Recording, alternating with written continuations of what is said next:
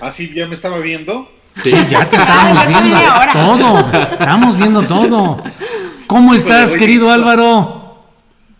Qué delicia poder estar con ustedes charlando esta noche. Sí, me acaba de comer unos taquitos aquí, le decía yo a Ángeles, espérame porque voy llegando aquí a la Ciudad de México. Venía con la familia de Morelos y ya, en paz, aquí tranquilo, con un enorme gusto, por supuesto, de estar aquí hasta que el sueño aguante. Pues eso dicen, eso dicen. Álvaro, qué gusto de verte y qué gusto y gracias por aceptar la invitación para estar en este esfuerzo que hacemos los viernes con este rollo de hasta que el sueño aguante. ¿Cómo has estado? ¿Cómo te la has pasado en esta etapa de pandemia y de estar un poco o un mucho aislado? ¿Cómo te ha ido?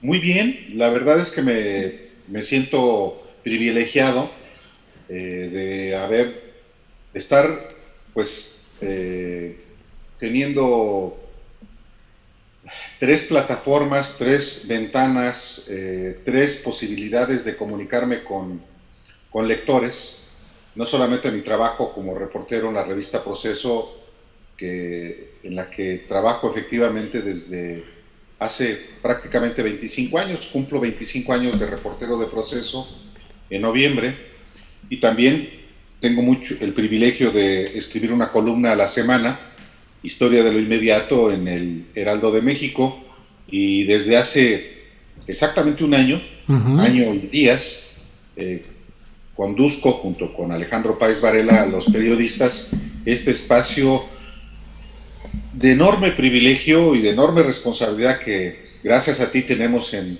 la Octava, y que la verdad me hace sentir muy a gusto. Digo privilegiado porque creo que la actividad periodística es un privilegio y es un gusto, pues una definición de vida que es como yo la tomo, y la verdad estoy muy contento, ando del tingo al tango, y en esta etapa que a todos nos cambió la vida, nos trastocó la vida, pues me fui con mi familia a Morelos a transmitir desde allá, y ahora este fin de semana dijimos, bueno, vámonos a la Ciudad de México a ver cómo están las cosas, a asomarnos a la Ciudad de México.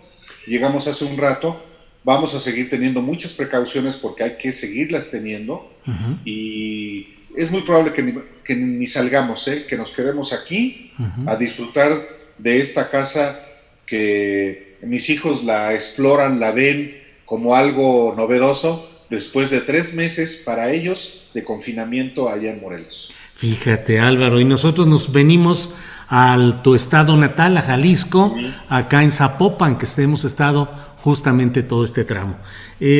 Álvaro, ¿cómo has visto la evolución del periodismo en estos nuevos tiempos del obradorismo? Es decir, ¿se ha avanzado realmente? ¿Hay una mayor diversidad? ¿Hay mayor avance en cuanto a libertades? ¿O es un espejismo porque a fin de cuentas los medios convencionales siguen dominando y muchos de los personajes tradicionales del comentario, de la opinión, de la columna, de aquellas épocas perniciosas de la vida mexicana siguen presentes como si no hubiera sucedido nada? ¿Cuál es tu lectura de lo que está pasando? Somos los mismos. Sobre todo en los medios convencionales, radio, televisión, prensa, somos prácticamente los mismos. Y no, una alternancia no cambia la manera de hacer las cosas.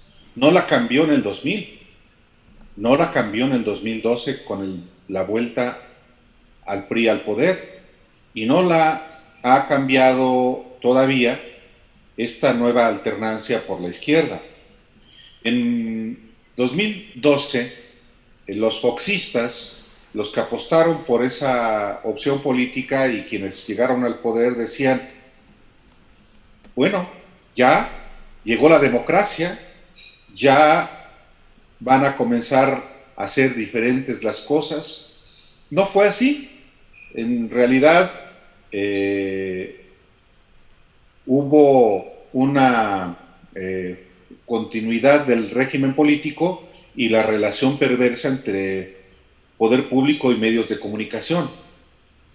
Cuando se da el regreso del PRI al poder en 2012, después de 2 sexenios del PAN, en los que claramente se robusteció el mismo régimen político y las mismas relaciones perversas y corruptas entre el poder público y los medios de comunicación, pues no pasó tampoco nada, al contrario, se robusteció.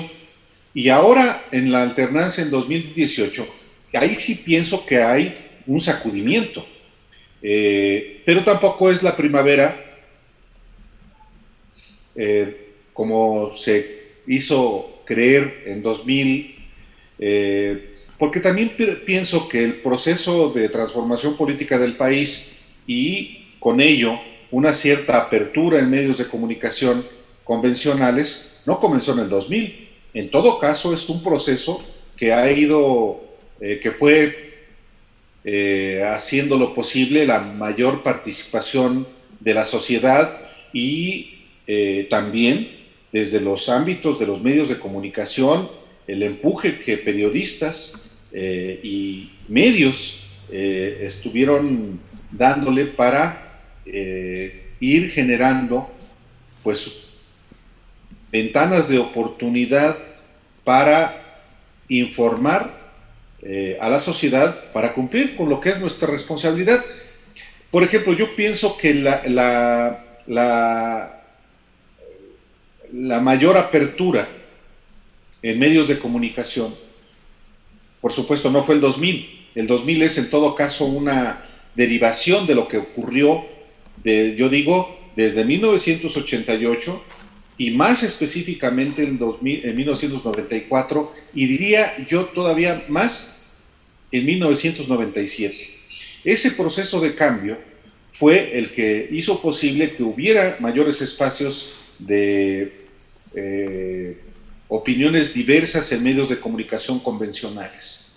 Y eso fue lo que dio lugar en buena medida a que hubiera una alternancia en la presidencia de la República en el 2000. Primero en el 97 con la pérdida del PRI de la mayoría en la Cámara de Diputados, un dato sustantivo, como en el 94 fue la irrupción del ZLN, la creación misma, la aparición misma del periódico Reforma en noviembre de 1993, la crisis de diciembre del 94, la emergencia de movimientos que se potenciaron a partir del ZLN y aún, diría yo, la complicidad de la élite para convalidar el FOAPROA en 1998. Todo eso yo lo veo como un contexto político para una mayor apertura en medios de comunicación, cuando no había ni de lejos lo que hoy tenemos y que también es un elemento fundamental, que son las redes sociales, la innovación tecnológica que ha hecho que esos medios convencionales en los que yo sigo participando,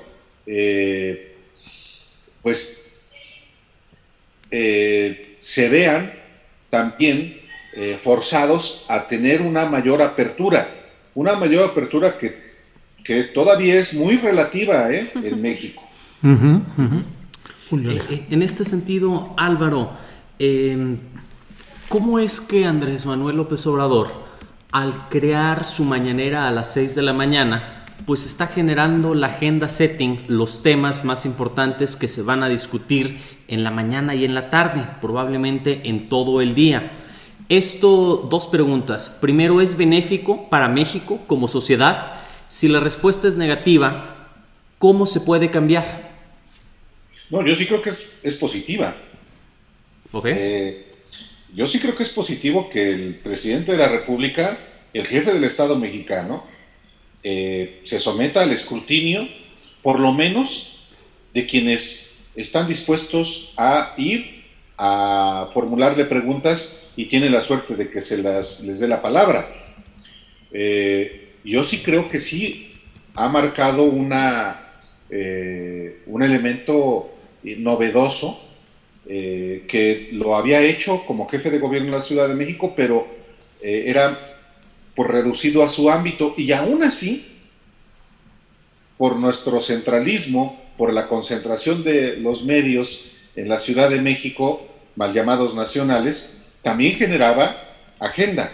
Ahora, como presidente de la República, y sobre todo después de una victoria tan contundente como la que obtuvo hace 2 años, pues naturalmente que genera la agenda y por supuesto que sí me parece una aportación positiva, pues porque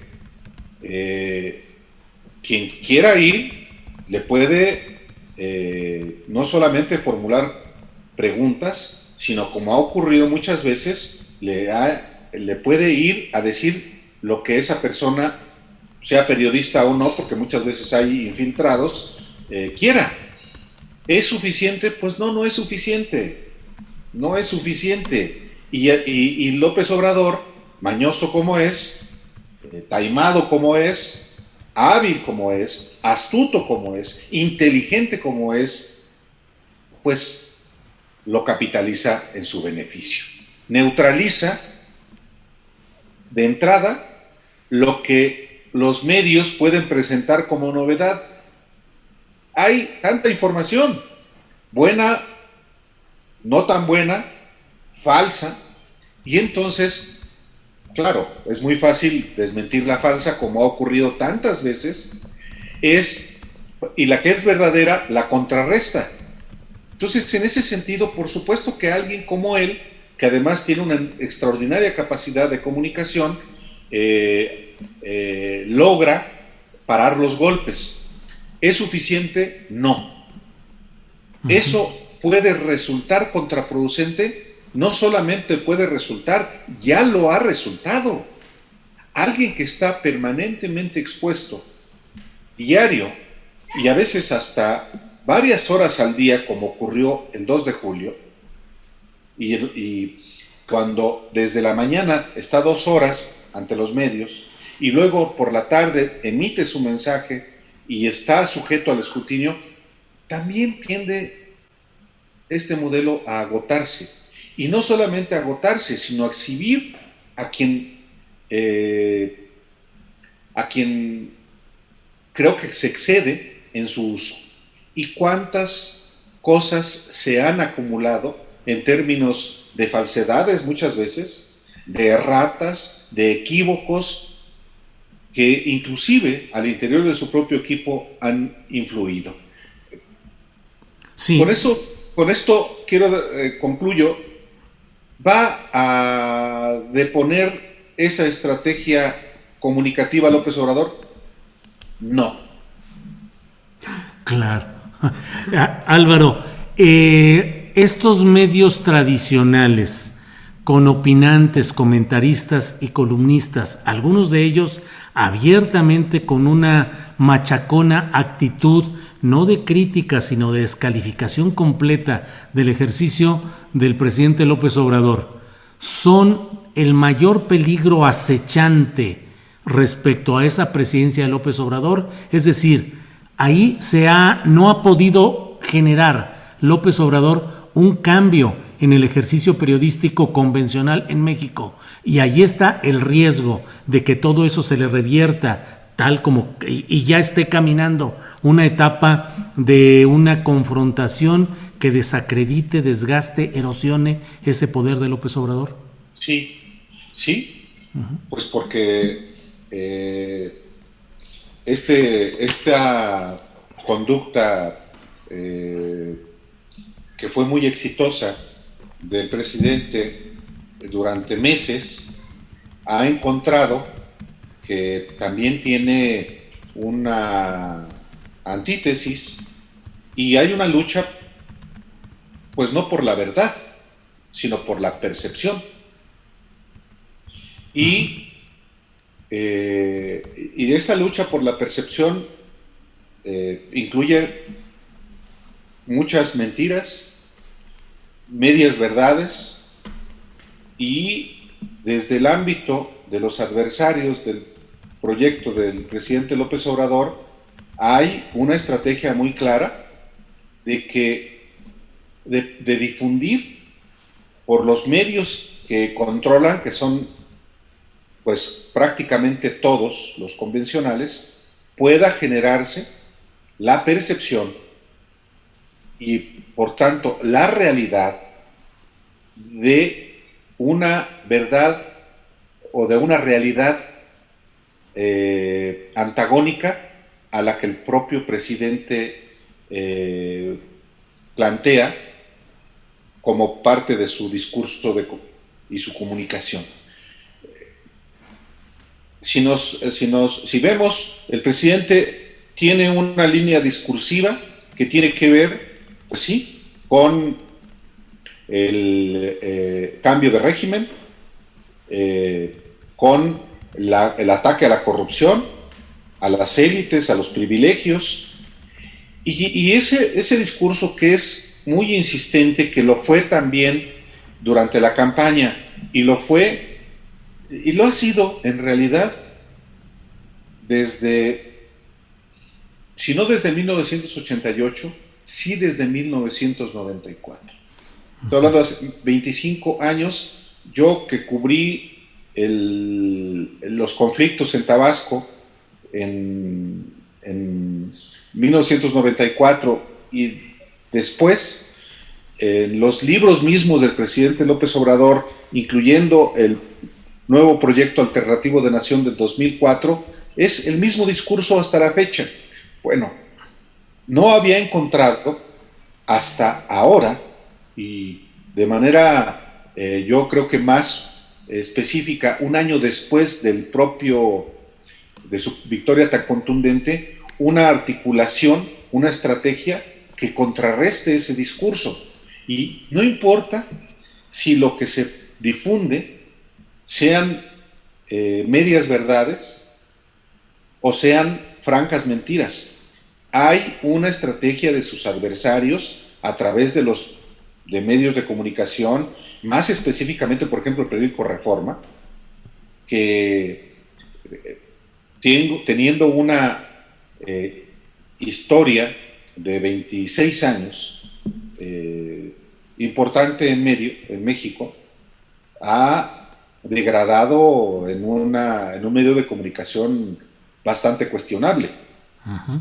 Pero ese, como otros medios de comunicación o periodistas claramente antagónicos al proyecto del presidente, que difunden a veces buenos asuntos y otros claramente deleznables desde el punto de vista periodístico. Uh-huh. Pero como hay una lucha no por la verdad, sino por la percepción, y porque hay finalmente grupos de interés, grupos de poder que financian, que empujan, pues entonces esto ha ido generando, desde mi punto de vista, una situación nada grata en términos de confrontación del presidente como si fuera un candidato y no un presidente de la República y sobre todo un jefe de Estado.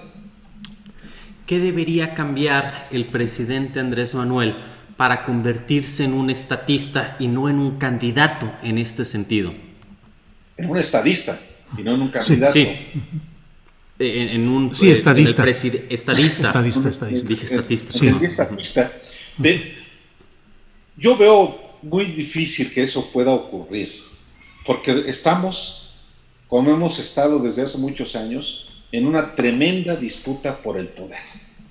Diría yo más a la manera como lo dijeron en algún momento Rolando Cordera, Carlos Tello, en ese libro memorable, uh-huh, La disputa por la nación.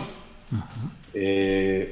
Ese libro de 1982 que marca justamente el inicio, como ocurrió en México, de un modelo, el modelo neoliberal, que ya se agotó, contra el que votó una importante porción de mexicanos, pues no terminado de morir desde las élites que fueron desplazadas del poder y que insisten en volver. En esta tremenda disputa por la nación, por supuesto uno diría, pues el presidente López Obrador tiene que bajarle al tonito de poner conductas de confrontación y ser, digamos, el eje articulador de un proyecto que va a tener que, o tiene que sumar aún a sus antagonistas, que creo que lo está haciendo, pero los moditos del presidente creo que impiden que eso que creo que está pasando en el país, que es una honda transformación, realmente sean tomada así por todos. Sí, hay un sector muy importante todavía de la sociedad que va a seguir, que lo apoya y que lo va a seguir apoyando. Yo no tengo duda de que, a pesar de que el respaldo popular del presidente López Obrador se ha erosionado, muy claramente, de acuerdo con todas las encuestas desde febrero del año pasado, cuando obtuvo el mayor respaldo, superior al 80%, aun cuando hoy traiga a 55, 58, 60, pienso que no va a perder una base social y diría algo más. El próximo año yo no veo que pueda ser derrotado el presidente con su partido y sus aliados. Entonces, en ese sentido, creo que el presidente va a seguir con esa misma conducta porque es el eje articulador también de su partido, que está al garete, y de sus aliados que están al garete, no solamente para la elección del próximo año, sino para lo que más le importa, que es la revocación de mandato en 2022, que creo que también va a arrasar. Bien, Álvaro, pues antes de agradecerte esta oportunidad de platicar y de tener toda esta visión panorámica de lo que está sucediendo en la política nacional y en el periodismo, si me permites hacerte algunas cuantas preguntas breves, rápidas, en espera también de respuesta rápida para ir cerrando esta plática, si me lo permites, Álvaro. Por supuesto. Gracias. ¿Qué es lo que más te gusta? ¿Ser reportero, ser conductor de programas o ser columnista? Puede ser reportero. Sin ser reportero no se puede hacer lo otro. Ajá. La columna vertebral del periodismo es el reportero. Ajá. Podrá haber analistas maravillosos, extraordinarios análisis, pero sin la materia prima, que es la información que la obtiene el reportero, pues no hay manera de enjuiciar esos datos y generar los análisis maravillosos, muchas veces no de periodistas, sino de impostores en el periodismo que abundan. Claro, a eso voy. Sin ser reportero, ¿no se puede asumir o decirse que se es periodista? Sí, sí se puede porque hay quienes, no siendo reporteros, ejercen el periodismo. Uh-huh. Los editores, uh-huh, fotógrafos, editores, que muchas veces son los que conducen al reportero, que a veces se nos van las cabras a los reporteros, a los que andamos consiguiendo información, se nos van las cabras, pensamos que quizá que traemos el gran asunto y el editor le dice, a ver, tranquilo. Claro. Uh-huh. Entonces, o es el editor el que le dice al reportero, traes la nota en el último párrafo. Que nos sucede con frecuencia. Así es. Eso, y el editor no es el que anda en la calle en búsqueda de la información, uh-huh, es quien procesa, jerarquiza en última instancia la información, y el editor, los editores son clave justamente para la difusión de asuntos de interés público que el periodista, en su expresión del reportero, encuentra. Claro. Entonces, igual los editores, un elemento clave en la estructura periodística, el jefe de información. Uh-huh. El jefe de información es aquel individuo que por su experiencia y por su capacidad imparte órdenes de información a los reporteros con el criterio de qué reportero es el que va a hacer mejor trabajo. Uh-huh. Y ya no es reportero, está cumpliendo un trabajo en la estructura editorial de un medio. Claro. Por supuesto.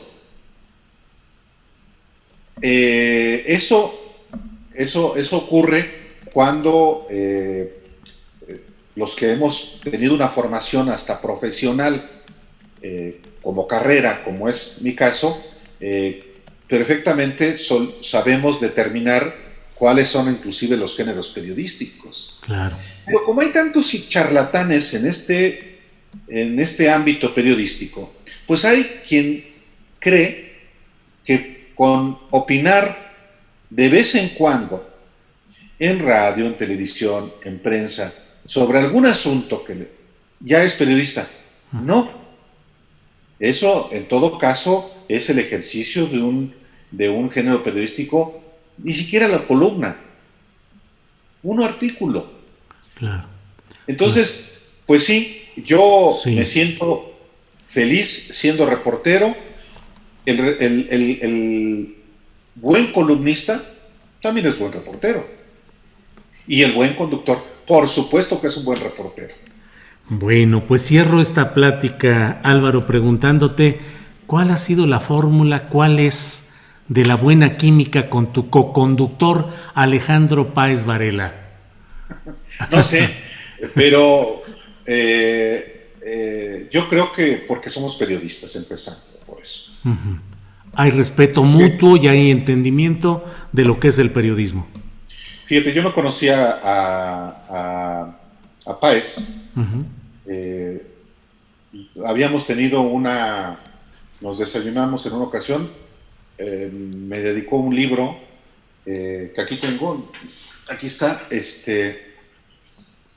y yo lo seguía, pues como seguramente me seguía a mí de vez en cuando por lo que publicaba, pero realmente nos conocimos en la mesa de periodistas gracias a ti, y pues yo creo que a mí me cayó bien, no sé cómo le caiga yo a él, a veces que ve que no le caigo muy bien,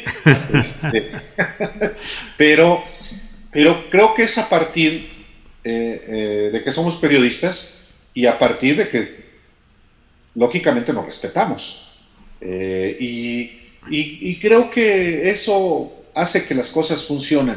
Los periodistas también, pues tú lo sabes, tenemos que establecer relaciones de respeto con todos los compañeros que formamos parte de, como decía Vicente Leñero, una orquesta. Uh-huh. Cada uno tiene un instrumento que tocar y hay un director, el que armoniza, el que conduce. En la medida en que cada uno haga bien su trabajo, en la medida en que cada músico, como cada periodista, interprete bien su instrumento, domine su instrumento, en ese sentido yo creo que se hacen las cosas bien. En el caso de Páez y yo, hay además una cuestión, me parece virtuosa. Él tiene una formación de editor. Uh-huh. Él uh-huh. tiene una formación de editor. Uh-huh. Mi formación fundamental es de reportero.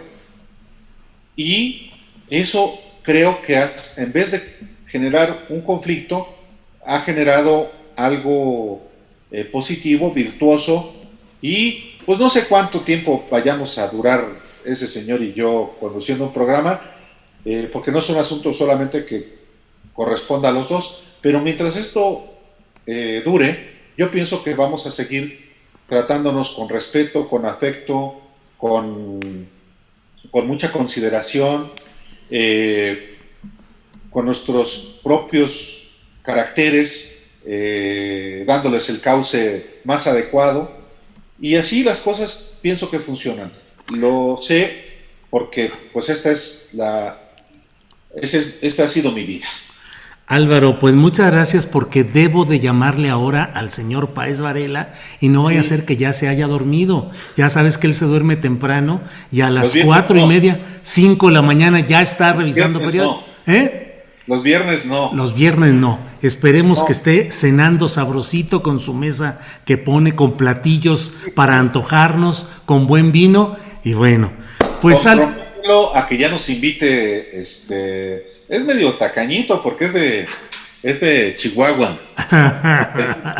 Estás pegándole a Nuevo León. Sí, pues ya tendremos oportunidad de reunirnos de nuevo cuando las circunstancias nos lo permitan físicamente, pero como siempre, mi respeto y mi aprecio a tu trabajo, Álvaro, y gracias por haber estado hoy con nosotros. Al contrario, Julio, tú sabes que te respeto mucho, te aprecio mucho, y por supuesto que ya nos veremos. Y Sol, Julio, muchas gracias también a ustedes por esta oportunidad. Gracias a ti, Álvaro. Saludos en tu casa, Álvaro, y hasta luego. También, por supuesto. Sí, gracias. Saludos, muchas gracias, Álvaro. Hasta luego.